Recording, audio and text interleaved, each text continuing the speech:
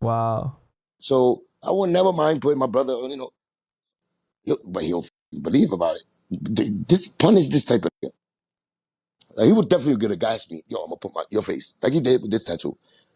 I'm gonna put your face. You put my face. I ain't my brother. He would have gassed me. He would have made me go first. I would have went first, got his fucking tattoo, whatever, brothers for life, whatever.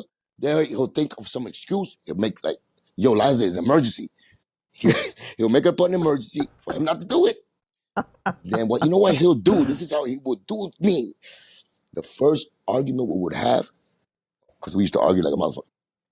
The smallest thing. First argument. Because we have little arguments like this that start with, like I said, this is a fucking a white rug. No, this is a beige rug. White. Spell beige. Go the definition of beige all the way to the nigga. Fuck you. You ain't shit. Start talking about the deepest secrets I ever told him to hurt me.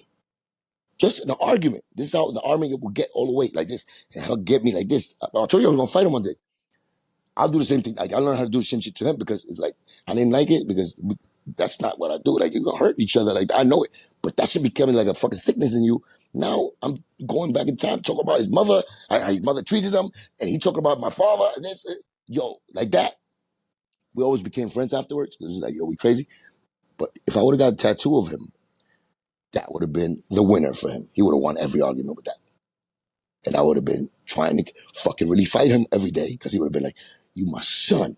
You got my face in your fucking... He would have told me that shit at the end of every... He would have did me like, I tell you, that's just the tactic of argument, but that's how intense it was. Like, you know what I'm saying? But we never put hands with each other, except in the boxing gym when I was holding the pads. So you guys were going to fight one day, but you guys broke it up, or what happened? I don't know. He just got me mad. They play me like a fucking...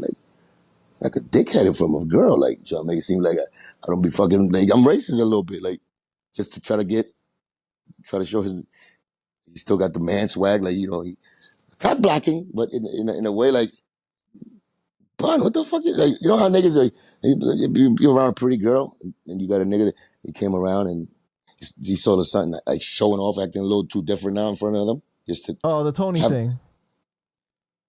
Yeah. But this one was more, this was more, he told her, straight up told her that the bitch, the chick, you know what I'm saying, that, I don't know why you wasted your time with L, that's my name, he used to call me L, because, you know, he don't like black girls like that. In front of me. And I know this chick from the block, so, you know, I told you the story before. And I was like, how you gonna say that? How you gonna say that? Like, and I was like, that's the truth. And there was other people who were watching. This is a characteristic I never, ever in my life. Like I told you, I don't like racist motherfuckers, none of that, because, you know, to the root, that's evil. And I would never do that. I'm just like us. Like, I'm just like you. Black motherfuckers don't matter. Black, white, not white, but as far as how we grow up, around, you know, brown and black, like I'm the same. Never ever said anything that I would never, I'll bang a purple bitch even back in the days. But I don't have to say that. I wasn't the type of nigga to voice my voice like that or be a ladies guy like that. He was seeing me like that. He thought I was like, he used to call me Elvis. Like, that's how deep it goes. He'd be like, yo, he used to do that, like the pretty boy shit too much.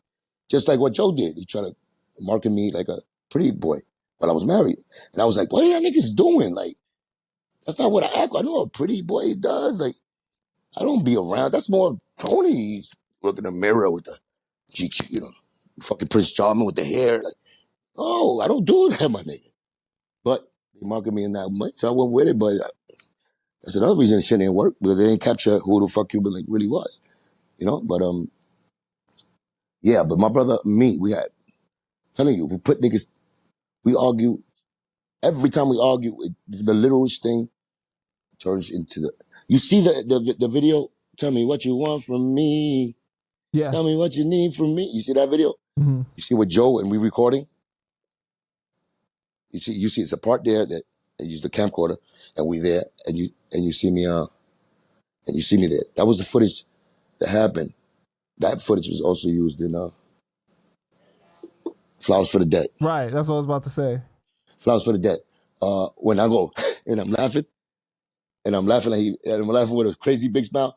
That was the first. I was arguing with this nigga for a fucking like 2 weeks, and I was mad at him. I think he was mad that I was rocking with Joe. So it was that right there. And then we were capturing that. Like I was, because he was like that. He was very, very jealous with, like, he don't like nobody. If I fucking give attention to another fucking, like another dude as my friend, he'll fucking like start a fight. He'll make me go against him or him go against me. This is what he loves. This is my brother. I'm telling you, that's how he was on with me. No shit, no pause or nothing. He was just that selfish with our relationship. Um, that nigga made that footage of me doing that was us arguing for fucking like a week.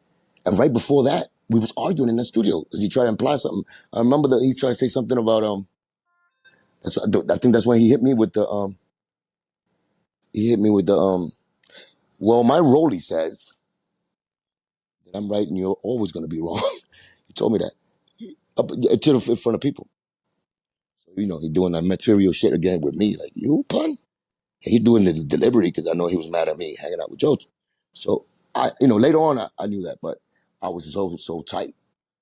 I don't like. I mean, nobody likes to be in a circle with they laughing at you about, especially about something you tell your friend, and your friend just blows you up in front of them, and Right. it's like you playing you, like that type of shit. Like that just gets my fucking nerves to well up. So that one time, only one time that happened with me when he did that to me. Let me And ask you. it was never about the girl. It was never about me. For the girls watching me. No, it's because you said that shit, a lie about me. And you know better because that's not the truth. That's not the truth. That's ugly. To put It's on a some very racist ugly shit. lie I will, too. yeah, like for a bitch that you don't know. That's my fucking people, like my friend. She want to give me the pussy, and you did that just what? For what? You married. So he did it just to be a dick and to show that he could get girls, but innocently, because he didn't want no other girls. Like, innocently, he did that because he apologized later. And you saying, but he probably was testing me out too, like how far I would go. And I already invited him to fight. I was like, get your hands on me. I was like fucking 16 years old. Fight me. And I was slim as a fuck. And he was like 300 pounds. But I just was like, nigga, fuck you. You don't disrespect me like that. All that brother shit right there at that moment went out the window in my head. But I even invited him into a yard to fight.